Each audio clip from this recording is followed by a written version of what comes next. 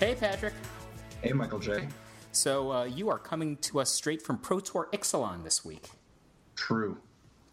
So what's going on? Tell me what you're seeing there. So there's Temur Energy and Four-Color Energy and Sultai Energy. There's also a couple other shades of energy. Like, there's like Sultai, there's a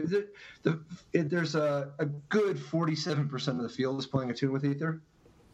So there's a lot of that.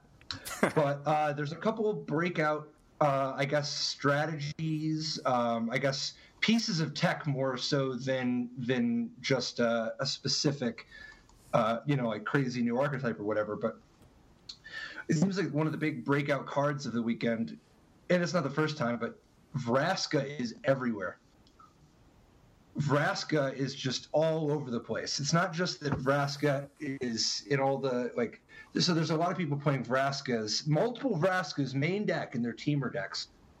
Temur or Four-Color, I should say, in their Four-Color or Sultai Energy decks. But there's also Vraskas in the token decks, and there are a bunch of people playing like black-white tokens, but splashing green for Vraska and splashing blue for the Scarab God. In tokens? Yeah. Oh. Yeah, so there's a lot of the Scarab God and there's a lot of Vraska. But it has been interesting just how much Vraska is all over the place, So let me just take a step back from what you're describing. So we've seen Vraska in, as a green splash in black-white tokens decks before. Like, sometimes they would go and get a green source from Evolving Wilds or Field of Ruin or just a treasure, right? Like, they could break a treasure for green. But you're saying that the Four-Color Energy decks are also playing this, so I guess they're already green from Attune with Ether, and then they've got a Swamp for the Scarab God, and then this is an even higher end card that they've got? Yeah, I think there's there's a certain amount of going even more over the top that Vraska is helping enable. And it's a little bit shifting the balance of power in a few key ways because, while there may be almost half energy decks, there's actually kind of a surprising mix in some ways. There's quite an evolution of the other half. And Vraska offers some pretty interesting features. For instance, when you're playing against Esper Godpharaoh's Gift, Vraska can just kill the gate. Or if you're playing against blue-black control, Vraska can kill the aspires to kill the Search for Azcanta, but I think a little bit more to the point, Vraska is just a much bigger, another powerful threat that you can drop. The fact that it gets just such an ungodly amount of loyalty so quickly, and then part of it is the desire to make these decks a little bit more resilient because they're back to hostage takers, and everybody's using hostage takers to try to trump other energy matchups. Well, in the hostage taker hierarchy, apparently Vraska comes out on top.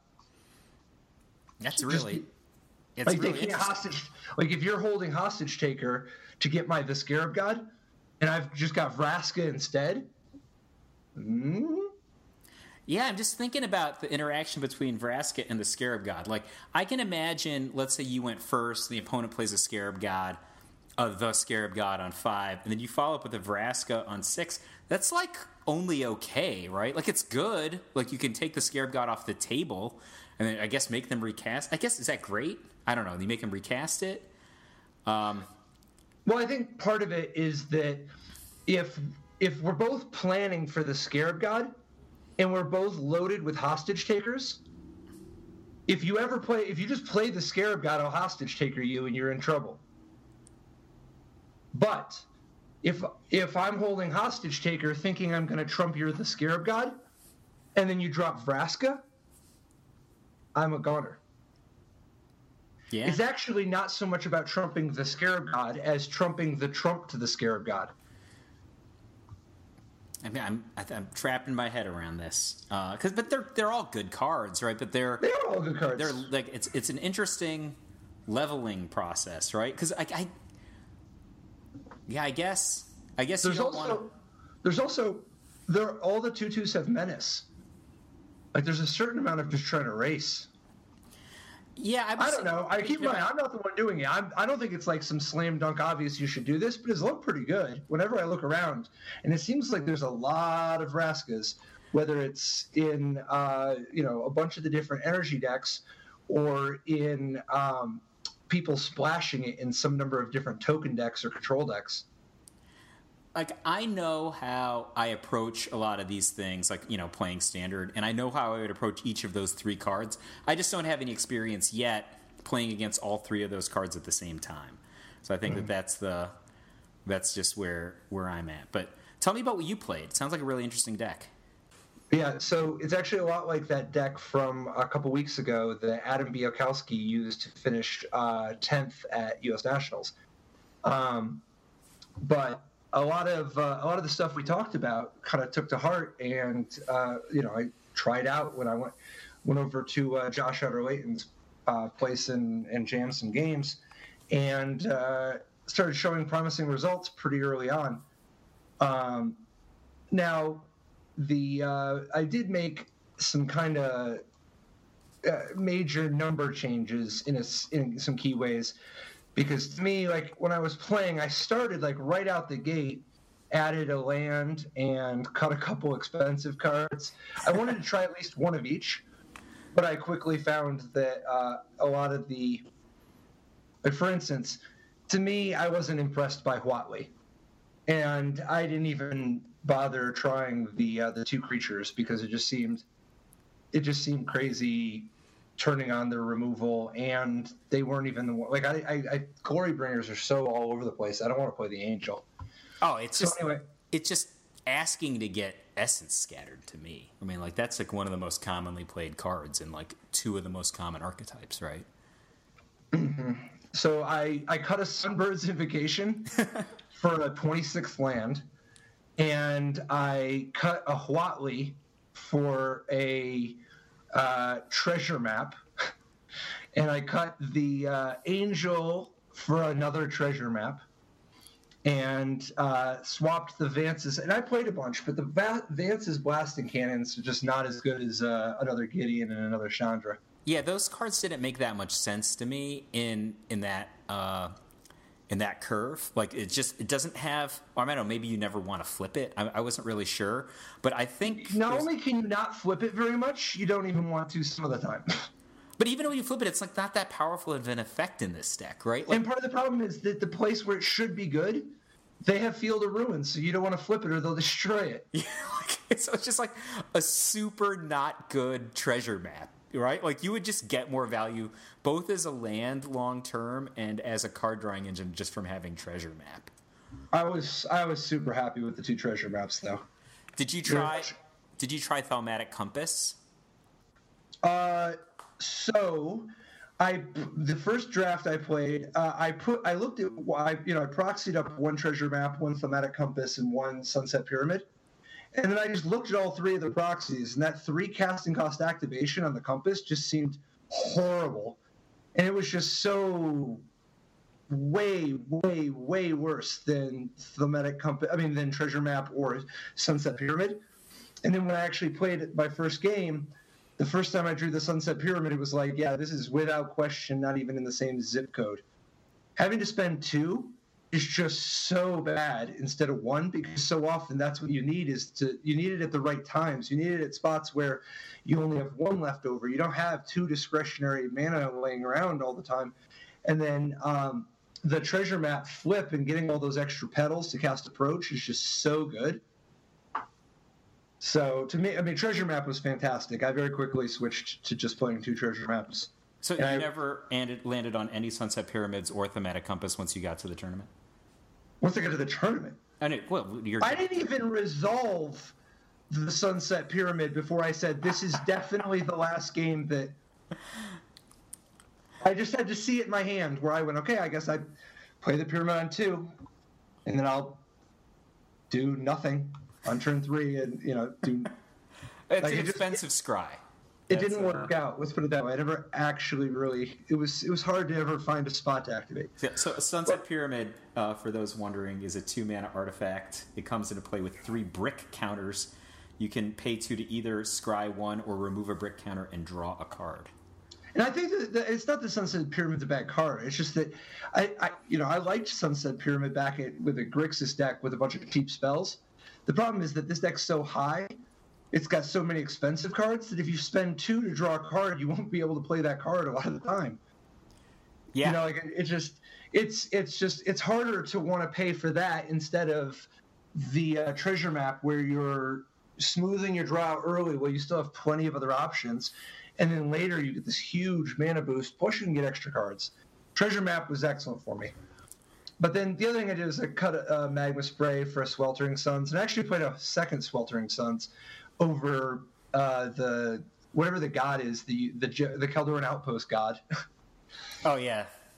Now that's Oketra. And then the mana base kind of reworked a little bit. Outside of just going up to 26 land, I ended up playing more plains than mountains because it just seems like all the cards are white. And then but some of the fast cards are red. That's the thing. You kind of want. I mean, if you're cutting Magma Sprays, I guess that changes things. Well, there was only one Magma Spray before, but I replaced it with a Sweltering Suns. But I think the deck just had too much red anyway. And then ended up playing 1 Evolving Wilds. I played 2 for a long time. I was pretty happy to go down to 1. Part of it is the treasure map helps smooth your draws out some. And then I played 2 Field of Ruin. And Field of Ruin was actually quietly totally passable as a second source of red for Sweltering Suns. Because you can search with it, right? Right. Awesome. That card's awesome. Now, my sideboard was, a pretty big departure, but in some surprising ways. So, to begin with, and I tried all of the expensive. I tried every kind of different card, because one of the things I ran into was that I very quickly found that game 1 against Control, I was told that this is a really bad matchup, but it didn't seem losable. And so, I just sat there, played some with Josh, and in fact could never lose. So I was like, let's just skip to sideboarding. Wait. I think that most people are going to be in the camp that, when you say control, you mean black-blue control, right? I assume. Yeah, Josh, who just came in second at the championships with blue-black control, he just played his same deck, and I annihilated it. So it was just not competitive because I just waited him out. So to begin with, he's got all these dead cards. Yep. He's just got so many dead cards, right? But then in stark contrast to blue-white approach, he can't beat me by just sitting around and planning to counter my approaches. I have Chandras and Gideons and Sunbirds invocations and treasure maps, and you have 20 must counter spells. I have all these cards that are so devastating to him, but what really snuck up on him, the part that really turned his head, was the first time he played a Search for Azcanta, and then I just Ixalan's bindinged it. And he was like, oh.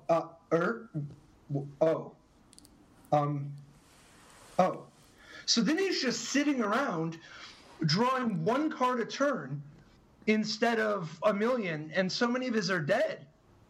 But then the other thing is his deck had just so much trouble with 2 Ixalan's bindings, 4 cast outs, 3 settle the wreckages, and that's not even getting into stuff like Gideon. You see, one of the things I found is that game 1 against him, I could literally just deck him with removal. If he counters every single, he doesn't have enough counter spells in his deck. So he has 4 hard counters and then circa 3 torrential gear hulks. Is that right? Right. He has 3 gear hulks. The Scarab God could, in theory, get back a gear hulk. He has 4 disallows. and then he's got Censor, and he even has one Supreme Will, and then he's got 4 Essence Scatters, which are not great. Completely dead, right? Right. So you can just play around Censor starting on like around turn 3, right? And then unless he's willing to like disallow your treasure map, which maybe that's not bad. Well, one of the things that happened is we ended up sitting around. We got to a spot where he thought he was doing really well because like his hand was like was disallow, Gear Hulk. You know, he's just like got all this stuff going, and we just are sitting there, go, and then eventually it like, and I told him on turn like 10 that I was gonna deck it. Like I made fun. Like this was a game where he actually activated his. I let him flip his search for Azcanta. Yeah. And I told him, it's all part of my plan. I'm gonna deck you. And then by the time he realized actually he can't win, he was way, way, way beyond having any hope of. Like he eventually got to the spot where he realized, I've cycled all the way through my deck. I just have 3 Gear Hulks, and because I had like binding the Scarab God, and between all of, and I'm just sitting there, and once I discarded Sunbird's Invocation to hand size, he's like, I can't win, can I? So and I said no. So his deck has no way to remove Ixalan's binding or cast out from play, right? If it's right. Yeah, so you like can't Vraska's Contempted or anything. So nothing. Yeah, so it just if it hits, it's just like his big drill plan, all the way through his deck. His big plan, one of the things he realized is he's got to keep a Vraska's Contempt to be able to contempt his own Gear Hulk. Because if I binding the Gear Hulk, he's decked instantly. You have no idea how happy this makes me. This story. I am in love with this story. All right. So anyway, we switched over. So you don't even have the when I was playing this kind of a strategy, I was like at least saying I'm going to Magma Spray the Scarab God before I cast Fumigate, right? Like you haven't even deigned to do that with your configuration. Oh, I did do that in one of our games, but then I cut the Magma Spray because I was like, man, I don't know. Like the matchup, like I would rather have Sweltering Suns against basically everybody. You don't want. I mean, unless you're assuming Ramming Up Red is a non-factor. No, Sweltering Suns helps against Ramming Up Red. Are you kidding? I found Ramming Up Red to be extraordinarily challenging, but that's I'd rather talk about the sideboarded games you were trying. No, but what I'm saying is that I literally -1 Magma Spray and -1 Otrka, or whatever her name is. Oketra. So I cut an Oketra and a Magma Spray for 2 Sweltering Suns. That's not that bad. No, that's a good card. I'm just saying I really like Magma Spray. You know, it's good against Earthshaker Kenra. It's just good against anything on turn 1.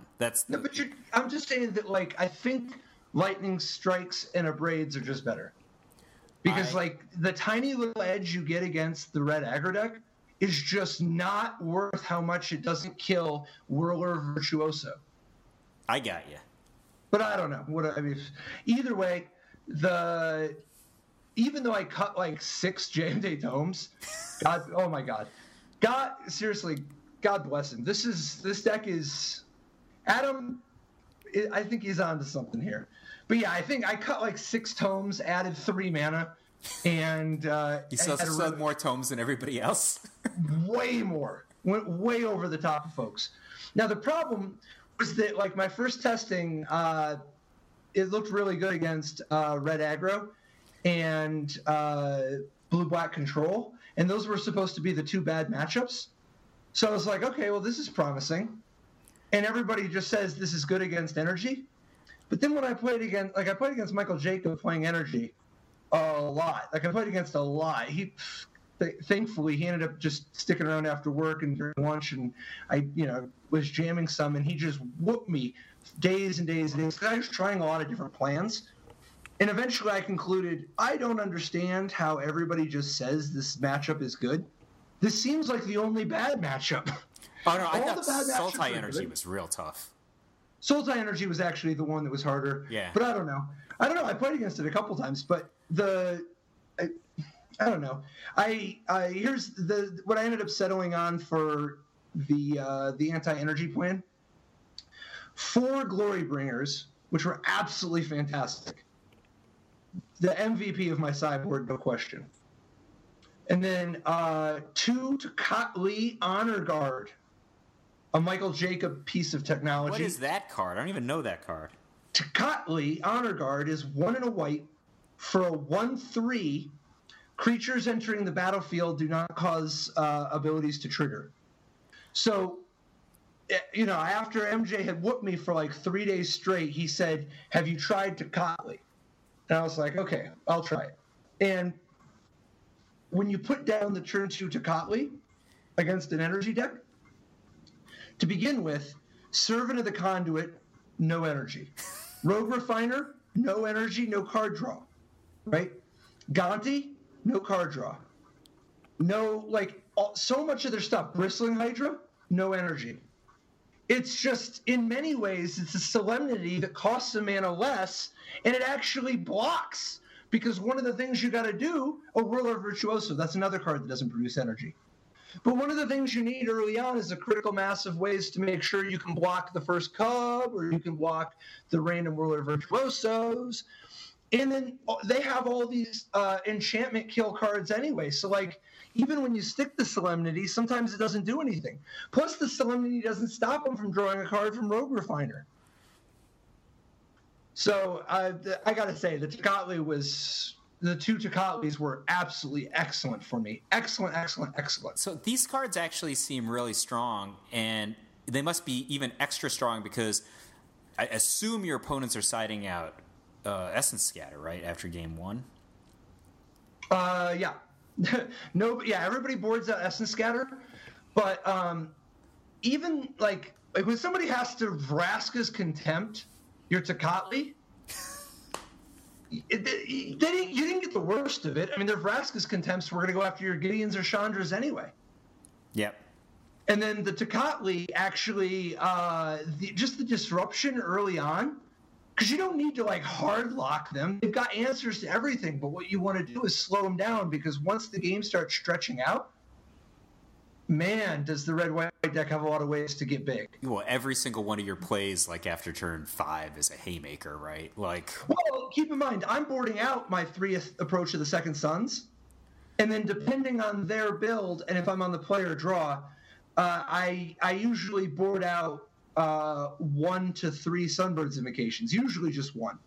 But it depends, because the game 2, if I'm on the play and it's game 2, I'm going to be as aggressive as possible. If I'm on the draw, basically the one that to me flipped the most between play and draw was Captain Lannery Storm. Oh. I played 3 copies. I played 3 copies of Captain Lannery Storm. I started out trying 1 because I was just trying 1 of everything, and it was just the best against blue-black control. It was just, oh my god, is this the card that I want to sideboard in against control decks? It was amazing how good it was. So on their turn 2, they're like, okay, I'm going to hold up negate because I'm going to negate your Gideon or whatever, and then you drop the Captain, and you get a little Captain in there. They are in big trouble. Big trouble. But also, I was actually initially not thinking that Captain Lannery Storm was going to be that good against Energy, because supposedly it's they'll just block with anything. But one of the things I found is it just comes up sometimes where you can use the Captain to kill a Chandra or a Vraska. Plus, if you, for instance, when I'm on the play and I go turn 2 ship with 2 mana, they play a Long Tusk Cub or a Servant, I Lightning Strike it or Abrade it, and then I untap and drop the Captain and get in there. That is so big of a tempo advantage, because now, on their 3rd turn, they're talking about stuff like Rogue Refiner, and I'm going to play a Glory Bringer. I mean, you could literally slam Sunbird's Invocation the next turn, right? Yeah, but Glory Bringer's even better there, because I'm going to kill the Rogue Refiner, and now I'll just have another energy and the captain and the Glorybringer, and they're already at 11, and they don't have any ways to catch up. I mean, they have very few ways to even like get ahead once they're. I mean, like I don't know. Once the Glorybringer comes down. Oh man, that clause on their Glorybringer is just gonna bedevil them. And then the two, I boarded 2 Harsh Mentors, actually, because one of the things I spent most of the time trying to make these Glory-bound Initiates work. But my goodness, the Glory-bound Initiates just, it's like, yes, they were better against people in spots where it didn't matter what I played. It was like any 2-drop. I could literally play any 2-drop, and it would be okay. And I thought the Glory-bound Initiate and Heart of Kirin were going to be good against Energy, but it just didn't end up going that way because now, like, once they know about it, they can do stuff about it. And the Harsh Mentors weren't very good for me. So in retrospect, I would have preferred to just do something else instead of the 2 Harsh Mentors. And I don't know. Actually, probably 2 Glory-bound Initiates would have been slightly better.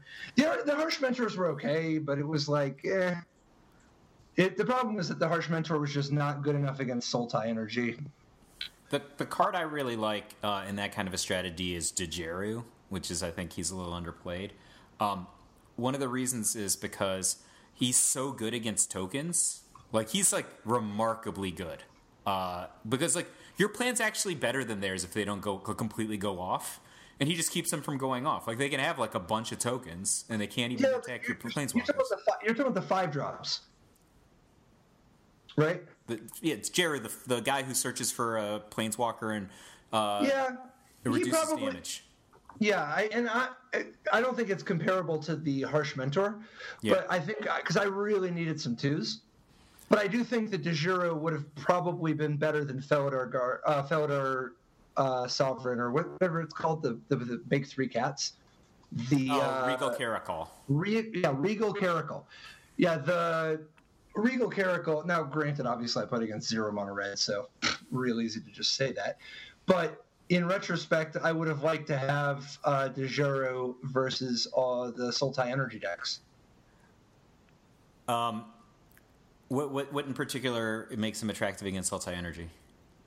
That I just want to go get a Chandra. Oh, all right. There you go. No, actually, it probably would have been a bad idea, though, because one of the things I was running into is that like the Scarab God killing my stuff and taking it and getting triggers is bad times. Yeah. Well, they don't probably have you said they had Vraska. Oh, yeah, that's bad times. Yeah. And then at the end of the day, though, my sideboard was basically 4 Glorybringer, 3 Captain Planetary Storm, 2 Tocatli Honor Guard, and some other cards. Those 6, though, or those 9, I mean, my God, those 9 were good.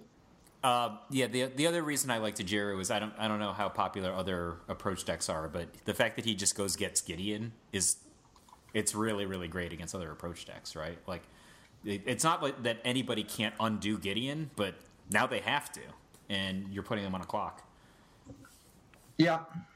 I think I'd be pretty well positioned against other approach decks, but oh yeah, because you have like 4 Gideon main deck. And like 6 ways to interact with their Gideon, which they probably only have 2, if any.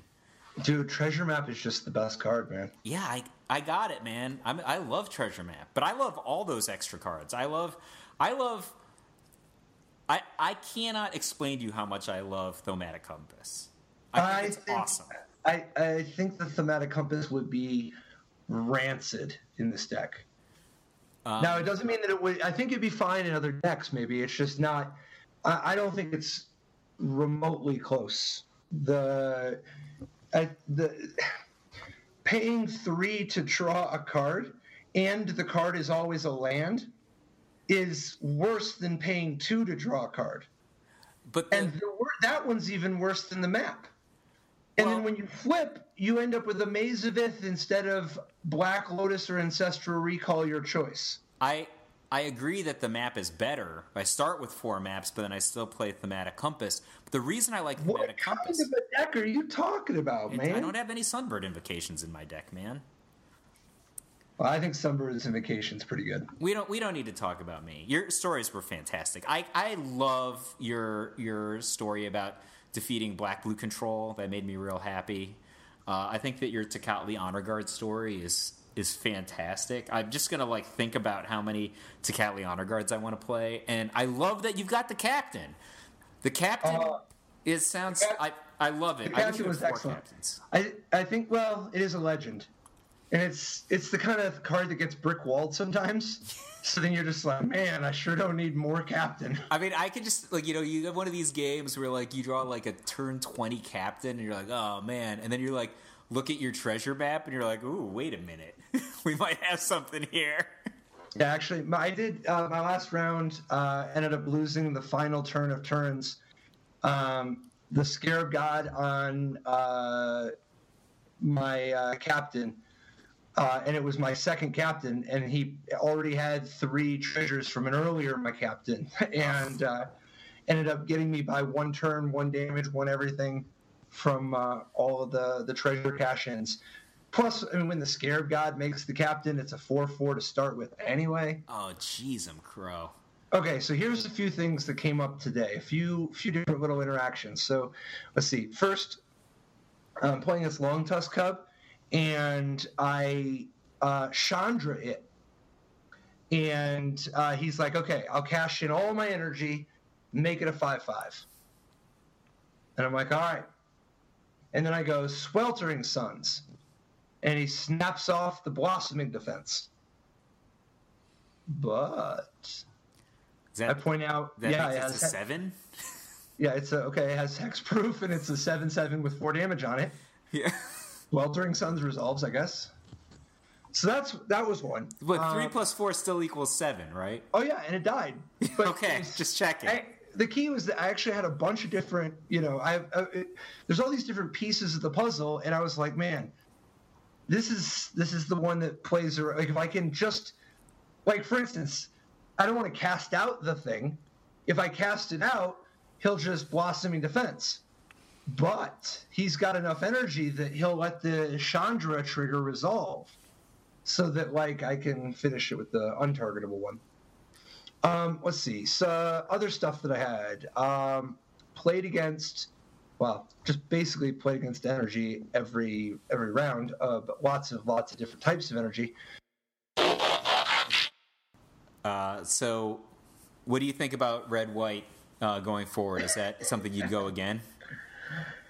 It depends on what my goal was. I knew going into this that this wasn't necessarily a great choice for this particular metagame, but kind of just wanted to play it because I just did not want to sit through another day of playing Blue-Black Control. But I think Blue-Black Control would have been the best deck for the field, for me at least. But really, though, the energy deck is just busted, and hopefully they will ban Attune with Ether. Wow, I just can't wrap my head around the idea that they would ban Attune with Ether. Why? You can wrap your head around them banning Ponder, right? Yeah. Same idea. But but not banning Ponder in Standard, right? Like they banned Ponder in formats of Critical Mass. Yeah, but they banned Preordain. Yeah, but they banned them together, right? Because this, like, it's bad enough with Serum Visions and Opted. Like, that's the deck. No. In Standard, they banned Preordain. Oh, yeah. Oh, sorry. I was. I thought you were talking about when they banned Ponder and Preordain together. They should have, but they didn't. It's just Stoneforge, Mystic, and Jace. Anyway, doesn't matter. The point is, maybe they don't ban anything. Who knows? All I know is that 50% Attune with Ether seems like there's still room for it to go up. I think you got to assume that part of it is because they had the Pro Tour in a weird order this time, that there's been such a time for... It's like, look, they've had the World Championships and the U.S. National Championships before the Pro Tour. This is way more refined version of a Pro Tour standard than we've seen for 3 years. Yeah, but it's also the same thing that was too much at Nationals and Worlds. It wasn't too much at Worlds. There was like half Ramen up red at Worlds, and Blue-Black was the standout. I think we would have had a very different complexion if the tournaments were in different order. I don't know. I don't think so. I think at all these tournaments, people knew the energy was just so overwhelmingly a lot, and I think that there was, and there's still some amount. Like, for instance, Ramen Up Red was the second most popular deck at this Pro Tour. A fifth of the field. It's not very good against energy. I mean, I don't know. I know that they certainly were trying. But that's the thing. The field is like 50% energy, 20% Ramen Up Red, 5% black-red aggro with Ramen Up Ruins. It's because it's the only deck that beats blue-black. I mean, except also other energy decks. I don't know, man. We'll see how it shakes out. But the other kind of interesting little standout was the return of Mardu vehicles. 5% of the field jamming Mardu vehicles, but with a kind of I got a feeling you're going to appreciate this new twist on Mardu vehicles. They've got a 4-drop that's very near and dear to your heart. Is it Hazoret? It is Hazoret. Now, of course, this isn't the first time we've seen it, but they've just embraced it. Like this tournament, it's like there's Hazoret in the Mardu deck, Hazoret in the blue-black-red, Hazoret in mono-red. There are people playing Hazoret in red-green energy. There's this Temur Pummeler deck also with Hazoret. Really? Hazoret's everywhere. Dude, so many Hazorets. In fact, I think that if you were to split up between the Scarab God and Hazoret, I think so. Rogue Refiner is 50%. The Scarab God is like 33, maybe 4. No, I'm more like 40%. But he's never a 4 of, right? Like he could be a 1 of as part of that 40%. He can be. He's usually a 2 or a 3. Yeah, but he's never a 4 of. Yeah, I haven't seen it.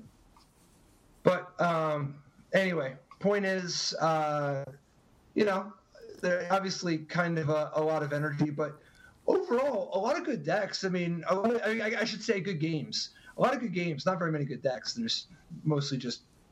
Here's the thing. I think that the energy engine is...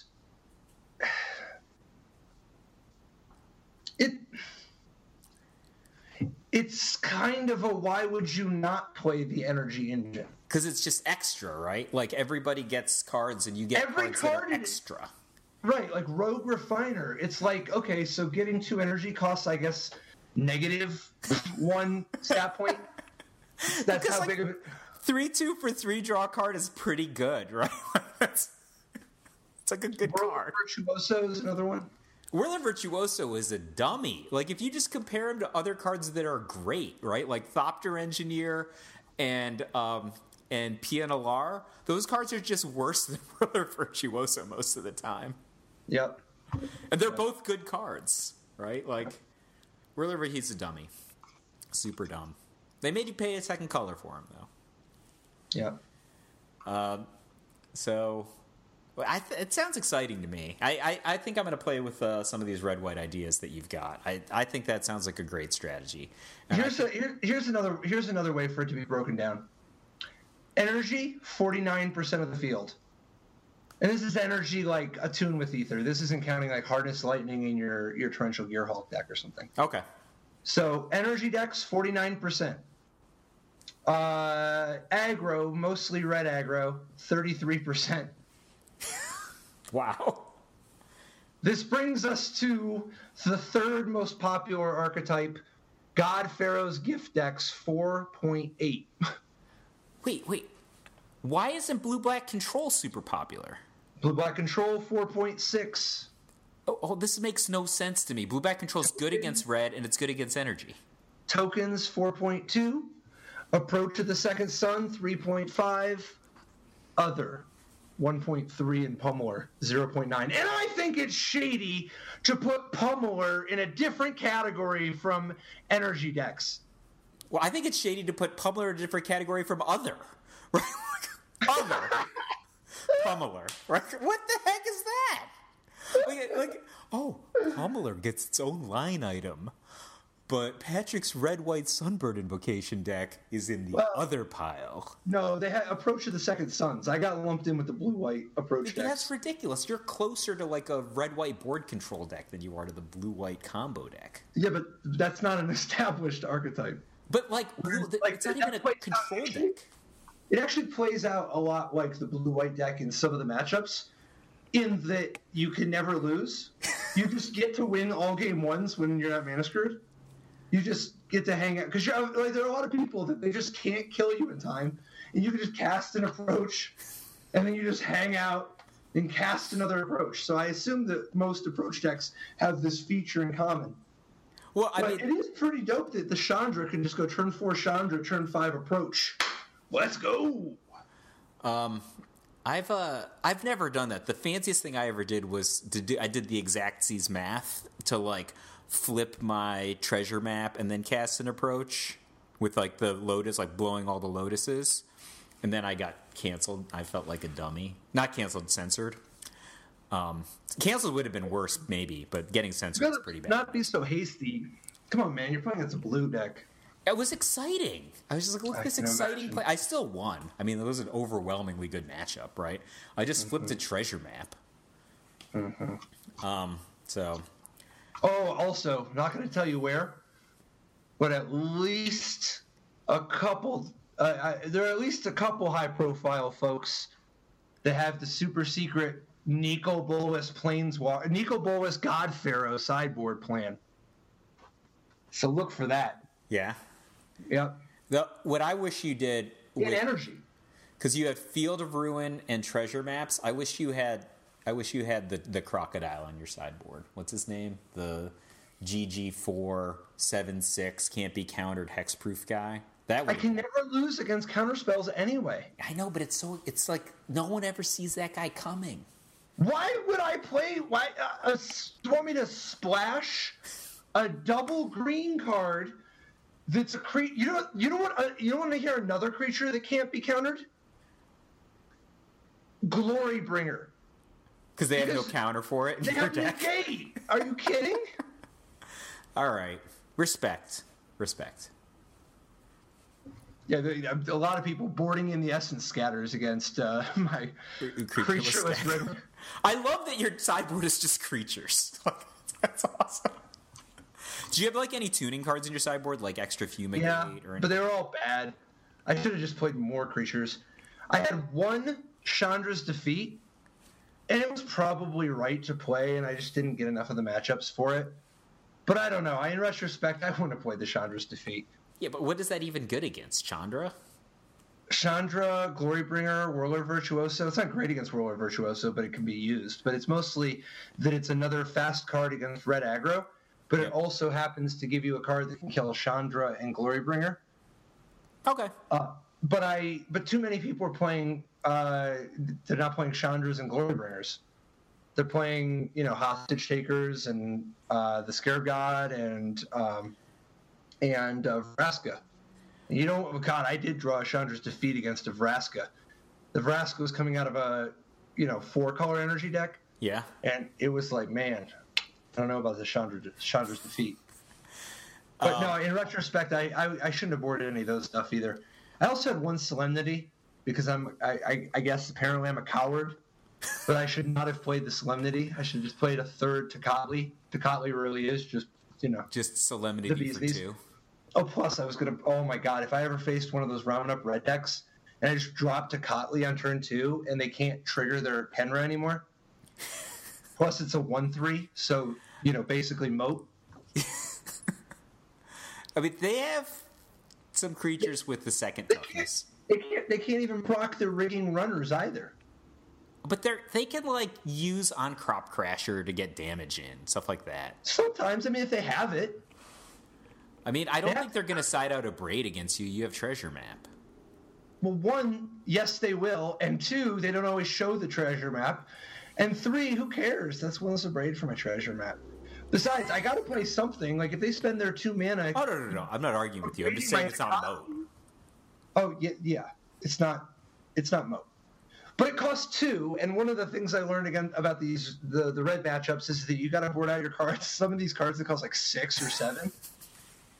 And Yeah, then I found the red matchup to be super challenging for when I've been playing a lot of red white and standard. I thought it's not easy. I have but your deck has like thaumatic compass and stuff in it. Yeah, I side that card out. It's gone. Sideboard games. Yeah, but you're supposed to win game one. Yeah, I don't. But I win game one consistently against Take the energy. compass out of your deck. But anyway. I beat up energy. I don't think I've ever lost a game one to energy. Well, I don't lose game ones to energy either. That's the thing you get for playing an approach to the second sun deck is that you get to beat everybody game one. It's just that everybody gets a lot better after second. Yeah, I mean, with their decks, like, oh well, I know how game one went, but I now have 4 negates and 2 spell pierces. Well, none of my 7 casting cost cards ever resolve. People are playing Supreme Will in their 4-color energy decks. In the main deck. Yeah? Yeah. Not that many people, but some. I played against it twice. Fancy pants. Got some fancy pants. Real shiny. Patrick. All right. I gotta go to bed. I got day 2 tomorrow. I also have a tournament. Good luck to you. Where's your tournament? I am. Oh yeah, it's the same one. Yeah. Sorry about that. Yeah. I'm playing in the regional championships. I will also be playing a red-white deck. Surprise, surprise! But I will be playing modern. Depending on how it goes, maybe we'll talk about it next week, and maybe not. So thanks for sharing. So this is very unusual for us to be recording and going up on a Friday night, but thanks to everybody who waited up for us. I'm Michael J. Flores. And Patrick Chapin. Find us. We're Top Level Podcast on Twitter, on Facebook, on Patreon. Big thanks to all of our patrons, and especially this week to Jared Spevak. Thank you, Jared. Cool, Patrick. Good luck tomorrow. You as well. Thanks. Bye-bye. Bye.